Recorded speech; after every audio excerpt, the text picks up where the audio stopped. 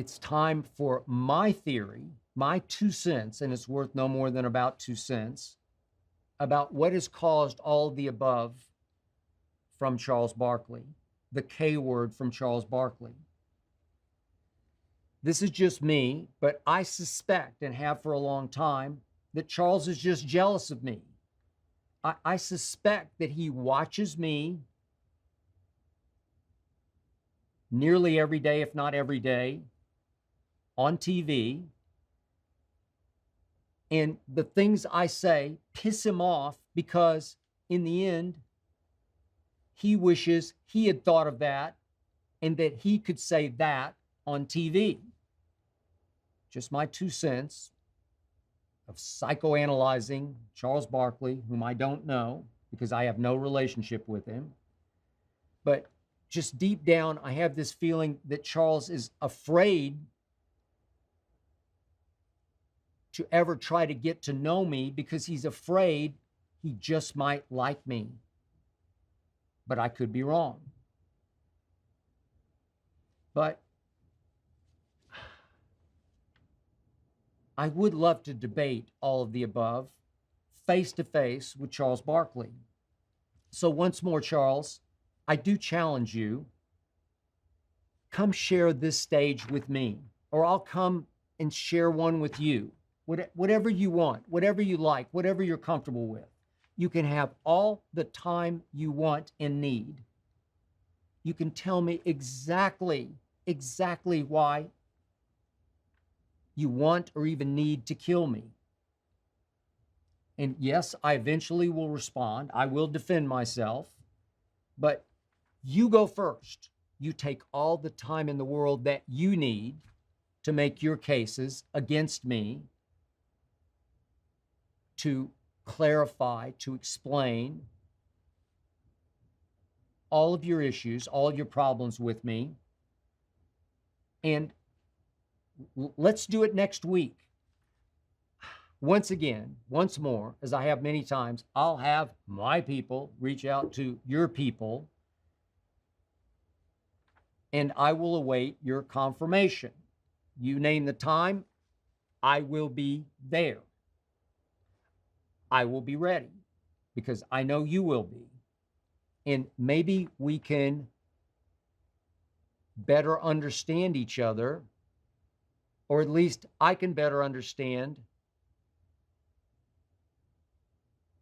what it is about me that sets you off.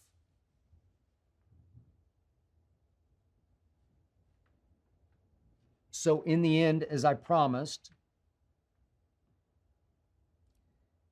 I'm going to leave you with one story, one flashback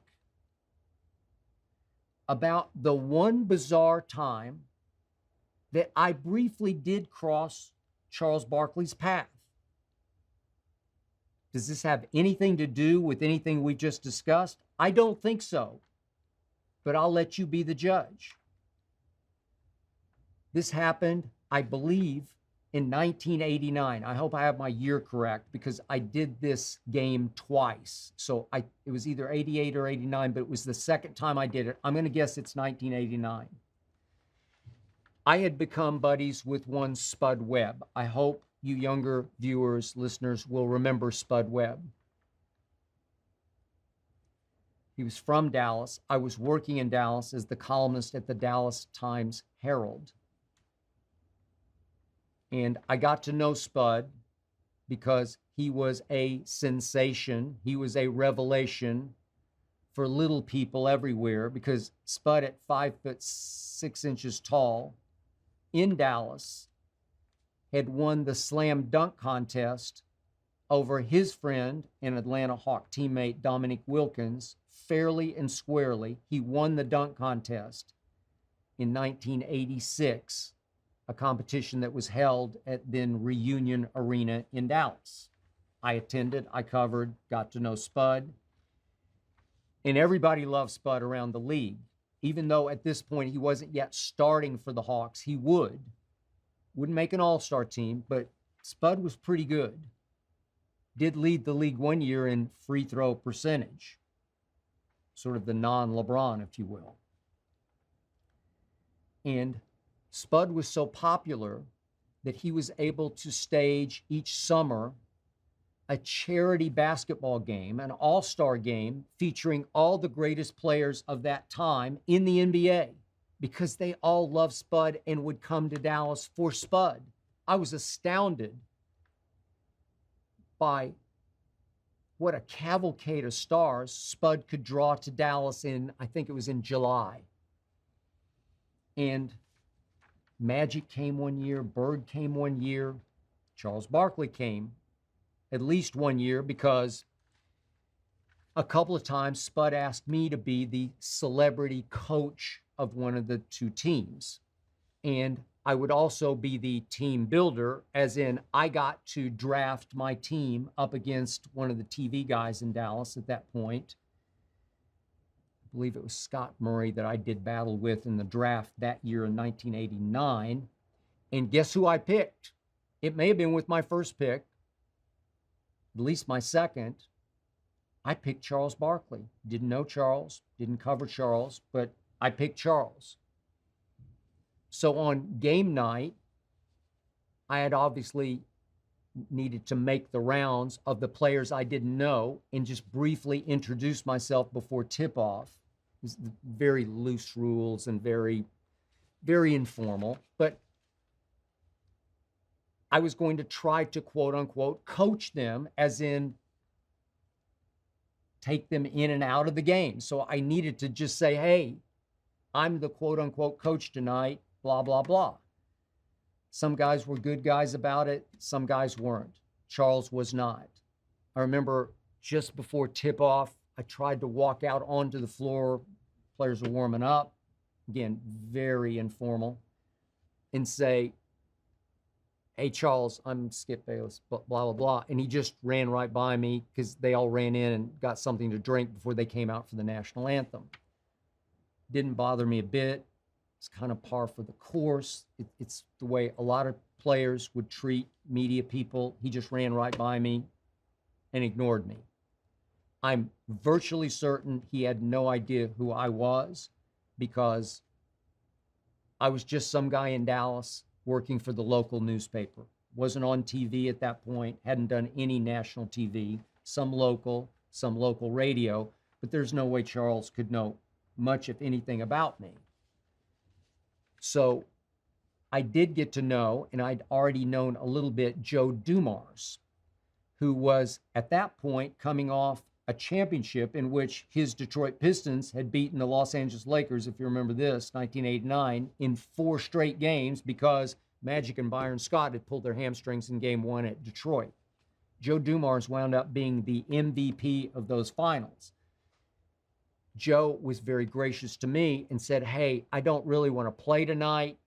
I just went through a long, grueling playoffs. So how about, said Joe, how about I sit next to you and give you little tips and pointers about maybe you should sub for him, or maybe you should ask him to go back in, or whatever. Joe actually coached the team through me. I was extremely grateful for that, because I was extremely uncomfortable with trying to coach these guys or trying to figure out who wanted to play for how long and when. But the game remained close. And near the end of the game, Charles had asked out of the game for a quick blow. And he rested for, I don't know, 3-4 minutes. And because the game was close, and you know how competitive I am, I wanted to win the game. I whispered to Joe, do you think Charles wants to go back in? He said, hey, he'll go. He'll go. Ask him. So I said, hey, Charles, I leaned over. I can see it like it was yesterday. And I leaned down the bench and said, hey, Charles, could you go back in for Rex Chapman? And Charles looked at me, as you can envision him looking at me. He said, brother, my shit is hurting me. And I said, okay, fine. I got it. I said, I'm just trying to win, because I was trying to frame it like this is all positive because I need you to help. And he said, hey, I want to win too. And I think he repeated the line, but my shit is hurting me. Fine. I didn't think twice about it. I got it. Would you believe that Rex Chapman, do you remember Rex? 6'5" jump shooter, 3-point shooter out of Kentucky. Rex Chapman hit a 3 at the buzzer to win the game for my team. So because Charles Barkley refused to go back in the game, I won the game.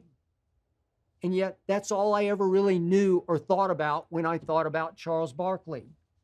We didn't speak after the game. I've never spoken another word to Charles except to ask him, would you please go back in the game, and to say, I'm just trying to win. Did that have anything to do with provoking him, with carrying this 15-year grudge against me? No way. No way. Would that be the reason that Charles wants to kill me? Stop it. You know and I know that had nothing to do with it.